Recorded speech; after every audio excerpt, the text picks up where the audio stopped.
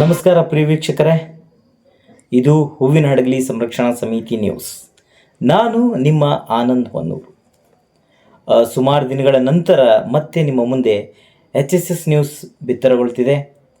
ಕಾರಣಾಂತರಗಳಿಂದ ಸ್ವಲ್ಪ ಸಮಯಗಳ ಕಾಲ ಸ್ಥಗಿತವಾಗಿತ್ತು, ಕ್ಷಮೆ ಇರಲಿ ಅಂತ ಕೇಳ್ತಾ ಇವತ್ತು ನಿಮ್ಮ ಮುಂದೆ ಬರಲು ಮುಖ್ಯವಾದಂತಹ ಕಾರಣ ಏನಪ್ಪ ಅಂದರೆ, ಇವತ್ತಿನ ದಿನದ ವಿಶೇಷತೆ ಅಂದರೆ ನವೆಂಬರ್ 3ನೇ ತಾರೀಕು ಹೂವಿನ ಹಡಗಲಿಯ ಕ್ಷೇತ್ರದ ಬಹುತೇಕ ಜನರಿಗೆ ಹಾಗೂ ಹರಪನಹಳ್ಳಿ ಕ್ಷೇತ್ರದ ಬಹುತೇಕ ಜನರು ನೆನಪಿಟ್ಟುಕೊಳ್ಳುವಂತಹ ಮತ್ತು ಮರೆಯಲಾಗದಂತಹ ಒಂದು ದಿನ.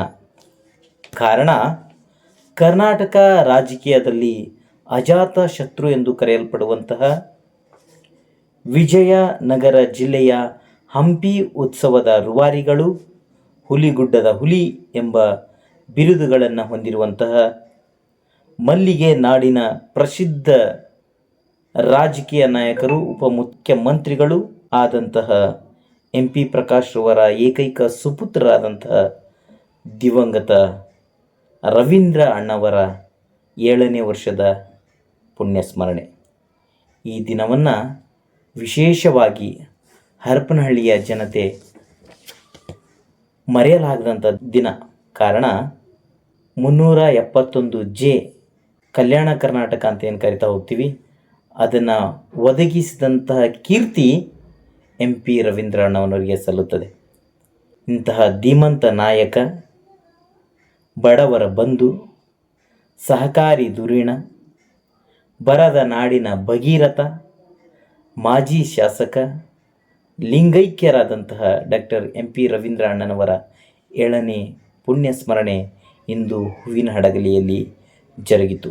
ಈ ಪುಣ್ಯಸ್ಮರಣೆಯಲ್ಲಿ ನಾಡಿನ ಸಮಸ್ತ ಜನರು, ಹೂವಿನ ಹಡಗಲಿಯ ಎಲ್ಲ ಹಿತೈಷಿಗಳು, ಅಭಿಮಾನಿಗಳು, ರಾಜಕಾರಣಿಗಳು ಹಾಗೂ ಹರಪನಹಳ್ಳಿಯ ಮತದಾರರು, ಕ್ಷೇತ್ರದ ಅಭಿಮಾನಿಗಳು, ಜನಸಾಗರವೇ ನೆರೆದಿತ್ತು. ಇಂತಹ ಒಂದು ಕಾರ್ಯಕ್ರಮದಲ್ಲಿ ಹೂವಿನ ಹಡಗಲಿಯ ಜನಪ್ರಿಯ ಶಾಸಕರಾದಂತಹ ಸನ್ಮಾನ್ಯ ಶ್ರೀ ಕೃಷ್ಣ ನಾಯ್ಕ್ ಅವರು ಭಾಗವಹಿಸಿದರು.